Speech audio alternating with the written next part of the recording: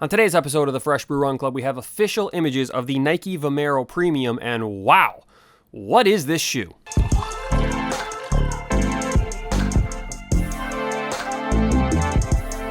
Welcome to the Fresh Brew Run Club. My name is Aaron, and today we have another exciting edition of the Nike Vomero Chronicles. This time, we are talking about the Nike Vomero Premium. So I made a video maybe a month ago about the Nike Vomero Plus.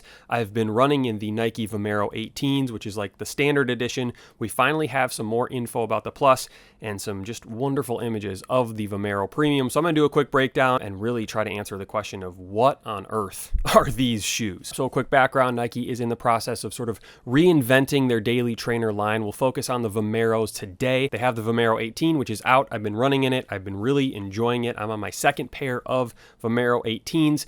They're going to release the Vomero Plus, which is like a level above the Vomeros, has a little more cushioning than the regular Vomeros, and then they're going to release the Vomero Premium, which has even more cushioning, has air zoom units. It's got all kinds of stuff going on. We'll break that down in a second, but it is fascinating to see how Nike is rebranding this line of shoes. I'm a big fan of max cushion shoes, so this is right up my alley. I'm excited to dive into both of these shoes. So let's start with the Vomero Plus, what we know. So my last video, I showed a bunch of pictures.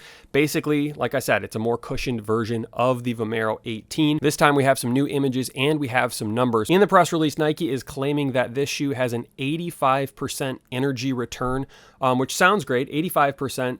That sounds like a pretty good number. That's a B, just a straight B. So we're looking at a shoe that has a lot of cushioning and has a lot of foam. It appears to just be ZoomX foam.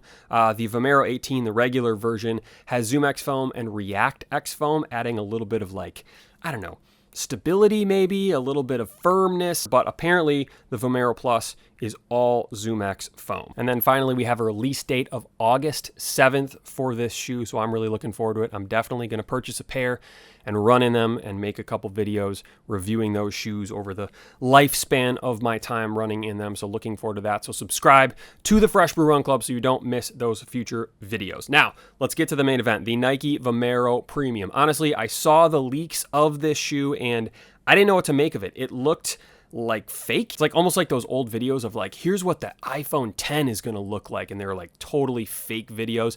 That's kind of what I thought when I saw the initial pictures of this shoe, but the real thing looks to be just as absurd as those images. This is a wild looking shoe. I'm kind of at a loss for words, so I'm just going to read straight from the Nike press release. The Vomero Premium combines the best of Nike performance technology with a plush 55mm heel stack height and learnings from the brand's industry-leading super shoes to offer a new standard of maximum cushioning for recovery miles and easy run. They go on to talk a little bit about drawing inspiration from anti-gravity treadmills, which that's fascinating to me. I had to look up what an anti-gravity treadmill is.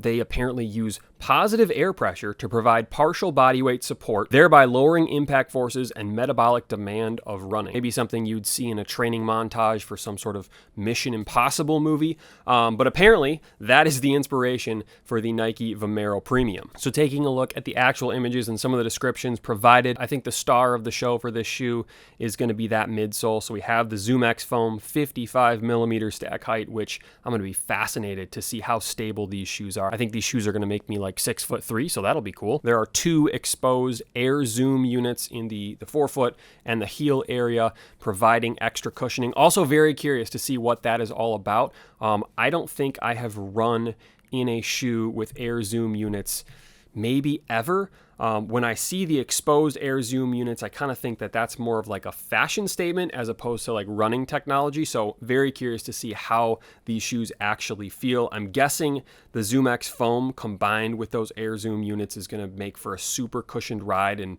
it's not going to be like an Air Max 1 or an Air Max 90 or something like that. But again, we'll see when I am able to run in these shoes. This shoe, they also mention an 85% energy return. Again, I don't know exactly what that means, but the fact that they mention it, I think that must be a lot of energy return. And then the last nugget I kind of want to talk about from the press release is something very interesting. Two paragraphs, really. One paragraph, they referred to the shoe as a super trainer, and then the next paragraph down, they referred to it as the ultimate recovery trainer, which to me, in my mind, those are two separate things. Like a super trainer is kind of like an Asics Super Blast. I've been running in the Super Blast 2. That's a shoe that I can pick up the pace in. I've said before, if I was wearing the Super Blast 2 on a flight to a marathon and my luggage with my marathon shoes, my racing shoes got lost, I would be fine running that marathon in the Super Blast. They're a really good long run shoe, so they're very versatile. I would consider those to be a super trainer. I think when it comes to the Vomero Premium, they mean like super recovery trainer. I think this is going to be just like the ultimate recovery shoe,